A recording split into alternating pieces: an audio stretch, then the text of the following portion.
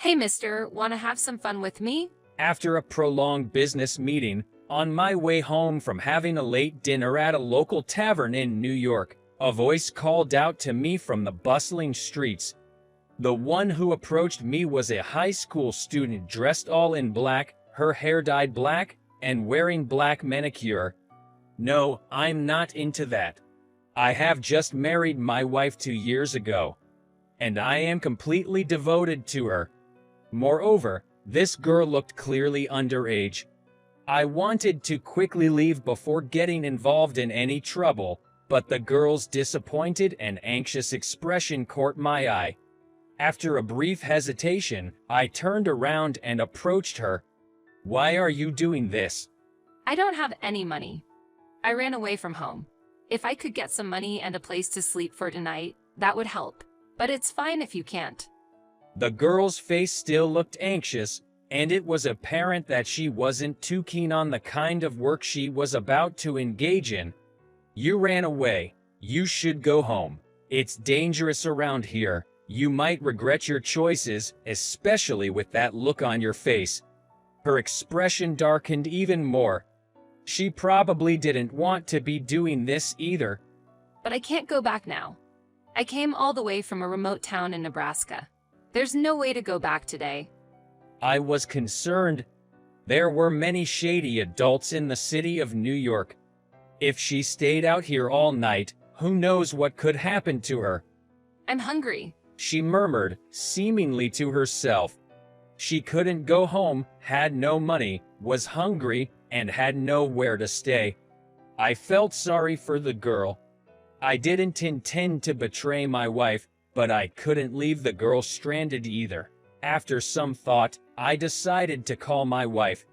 The girl had run away from her home and was stranded in the city, and it wouldn't be right to leave her. I felt like I should help her out as a responsible adult. This was a time when cell phones weren't so common. My wife was surprised at my words over the payphone but eventually accepted my proposal. I then told the girl, "If you have nowhere to stay, you can come to our place. And don't worry, my wife's there, so I don't mean it in a weird way." Really? Is that okay? Yeah. I took the girl home. I had told my wife I didn't need dinner that evening, so there wasn't supposed to be any food at home. On the way, we stopped by a convenience store, and I bought a meal for the girl. Walking together, I asked her name, and she introduced herself as Catherine. I was curious about why she ran away, but thought it might be easier for her to talk to my wife about it, so I remained silent and just walked. When we got home, my wife, who was getting ready for bed, greeted Catherine warmly. Without showing any sign of annoyance at the unexpected guest, my wife heated up the meal and prepared a drink for Catherine. It's cold out there, isn't it? Have some tea and warm up. Thank you. While Catherine was eating, I quickly took a shower. When I came out, the food was all gone, and Catherine looked a bit more relaxed than before. Catherine, you ran away from home. My wife asked. Why did you run away? As a thank you for tonight's meal and shelter, would you mind telling us? When my wife put it that way, Catherine probably couldn't refuse. With a slightly guarded expression, Catherine replied, "Yes," and explained the reason for her running away from her small town in Nebraska. I fought with my parents over my fashion. They said it was disgusting to go to school in black makeup and fashion and were super mad, and I had a huge fight with them and left. "Why don't you wear them?" I commented. "You can enjoy your favorite fashion on your days off from school, right?" No. "Why?" Catherine began to talk about her fashion. Apparently, Catherine had a friend named Amy. Amy, whom she met in high school, was the only girl in the school who had dressed all in black, looking somewhat like a goth. Most people kept their distance from her. At first, I didn't approach Amy. Back when my fashion was still natural. But during pay, I was paired with her, and after talking to her, I realized she was normal girl like me. From that day on, Catherine and Amy became close. When Amy opened up to Catherine, she began talking about her childhood. Amy's mom had a series of short-lived relationships, leading to multiple marriages and divorces since Amy was young. Every time her mom got married or divorced, they moved and Amy had to change schools. There was a strange rumor that Amy wasn't biologically related to her dad, which became a source of teasing from the heartless kids. Amy was often bullied at her new schools and couldn't make a single friend. However, when she dressed all in black with black hair and black makeup in middle school, no one bullied her anymore. Bullies pick on those who look weak. Bullies don't pick on kids like me who look floater, Amy told Catherine. It's ridiculous. I've been dressing like this ever since. Everyone's distancing themselves from me even though I haven't done anything wrong. Amy looked lonely to Catherine. Because of her fashion, Amy was frequently scolded by teachers. Her fashion had brought her many disadvantages. Yet, Amy refused to go back to her natural fashion. If she did and became a goody two-shoes following all the rules, she believed she'd be bullied again. Amy probably feared being bullied more than being lectured by teachers. Amy had been defending herself all alone. To Catherine, Amy seemed both pitiable and incredibly cool. Amy, I'll dye my hair and wear black same as you. Of course black makeup as well. Then even if everyone distances from us, or if the teachers scold us, you won't be alone, right? And so, Catherine dyed her hair and dressed all in black to mimic Amy. My parents and teachers were really shocked and scolded me, but I didn't care. With Amy by my side, I wasn't afraid of anything.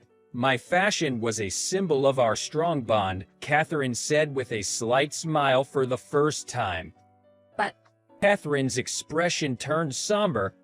a week ago, Amy and her mom disappeared. Maybe there was an issue with her current stepdad, but they vanished overnight without saying a word to me.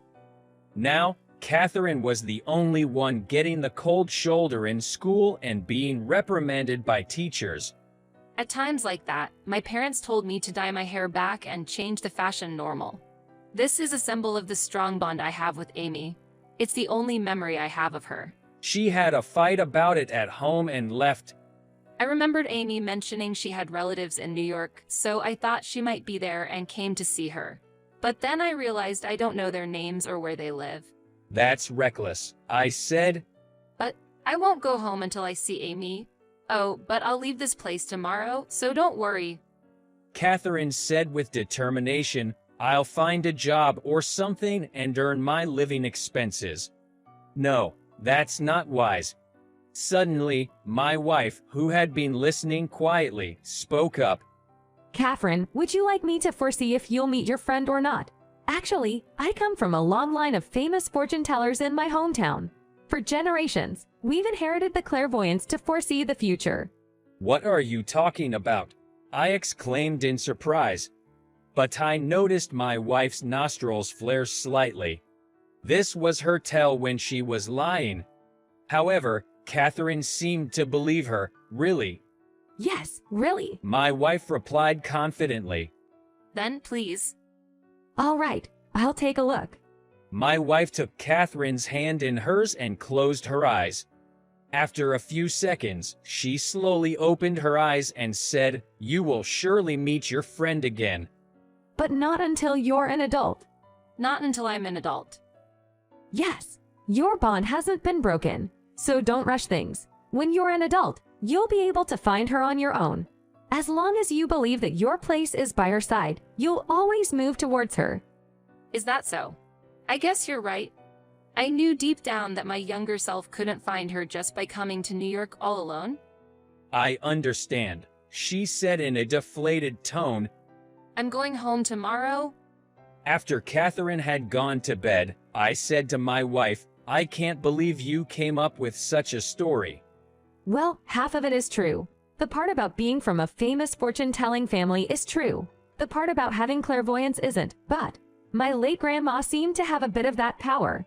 Huh, I didn't know such things existed. My wife grinned and said, "Would you like me to tell your fortune? I thought you said fortune telling was fake." It is, but it's fun. She said that and took my hand, holding it with both of hers and closing her eyes. A few seconds later, she opened her eyes and said, "You'll surely find where you're meant to be." I realized she was talking about my work. I had been having problems with my boss and had recently confided in her about it. My boss was a self-centered person who didn't care about the inconvenience he caused others, leading to frequent arguments between us. I remembered my wife telling me, "You seem more suited to being a business owner," after one of my rants about my boss. With these thoughts, I drifted off to sleep. The next day, after seeing Catherine off on her flight to Nebraska, I headed to work. The usual disputes with my boss continued for a while, but about a month later, I was suddenly transferred. I would be downgraded to a trifling job, where employees who were no longer considered useful were sent. It seemed my boss had put me to grass. With my motivation dwindling, I heeded my wife's advice. "Why don't you quit? I'm working too," and resigned. A few days later, intending to job hunt, I found myself not to a job fair but headed to my parents' home. There in a small bakery. I had never been interested in taking over the bakery and had always aspired for bigger jobs. That's why I'd only applied to big companies during my job search. And now, that big job had come to nothing. Seeing the familiar sign of the family bakery, I remembered my wife saying, "I think you're meant to be a business owner." I paused for a moment. It felt strange. Perhaps I've grown up a bit. Perhaps it isn't such a bad idea to take over the bakery. Walking in, I greeted my dad, holding freshly baked bread, with "It's been a while," and then said, "Dad, can I start training to take over the bakery?" He was taken aback, but after I explained my job situation, he said, "You feel bad for your wife if you're unemployed," and agreed to my apprenticeship. When I started working at the bakery, I soon realized it wasn't as easy as I'd thought. I had somehow belittled it. Once I started working at the bakery, I realized it wasn't as easy as I had thought. Baking was hard work, and a slight change in the recipe could make a big difference in taste. I couldn't sell my failed attempts, so I took them home. My wife said they weren't that bad, but they were nowhere near my dad's standard. I came to respect him even more. I became serious about the bakery, even attending culinary school. After graduating and dedicating more time to the bakery, my breads finally made it to the shelves. Sometime later, my dad retired. I introduced new items and renovated the shop to improve its reputation. As hoped, word of mouth spread, and even younger customers, whom I hadn't seen much before, began to visit. Now, my wife has quit her job and is helping me with the bakery, but we're short on hands. So, I decided to hire some part-timers. 3 people applied, and during the interview with the last one, a brunette college girl with curly hair, she suddenly said, "Do you remember me?" I ran away to New York when I was in high school and you let me stay at your house. I quickly looked at her resume and saw the name Catherine written under the first name section. Catherine. Wait, are you the same Catherine from back then? Yes. Catherine had grown up and looked very mature now. The somewhat dangerous and sharp aura of those days has faded, and now she looked like a well-groomed college girl. I'm in college in New York now. I passed by this bakery a little while ago, saw the boss's face, and thought, is that him? I also recognized your wife, so I was sure it was you. Really? It's been a long time. The fact that she's in college probably means that after that event, she went back to high school and has been on the right path. Thank you so much for that time. I owe who I am today to the both of you for setting me straight back then. Really, thank you so much. Catherine smiled and said, "So, I was thinking maybe I could help out at the shop as a way to repay you for that time. We'd love to have you." I told Catherine on the spot that she was hired. Then, something that had been on my mind came up. "By the way, did you ever find the friend you were looking for back then?" No, Catherine sadly shook her head. but I believe I'll meet Amy someday.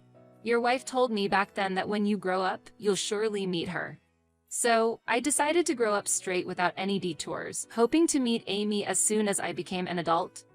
I see. Keep believing. My wife's predictions often come true. Of course, my wife's predictions are just for fun. But that day, she told me, You'll find where you're supposed to be. and here I am now.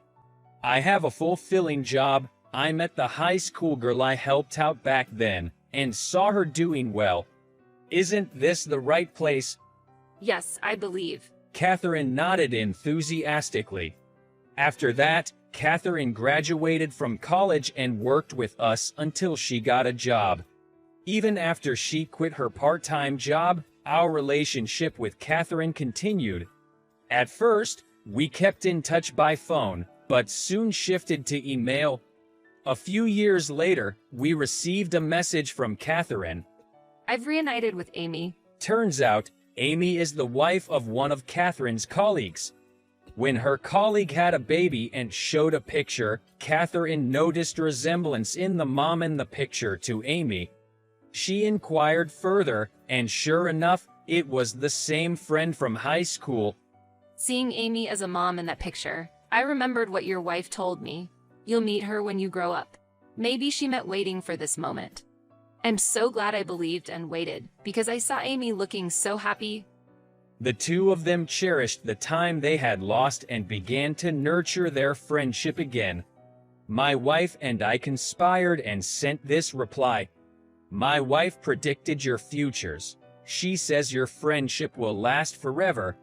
We hope this prediction comes true as well. Holding my phone, I exchanged smiles with my wife.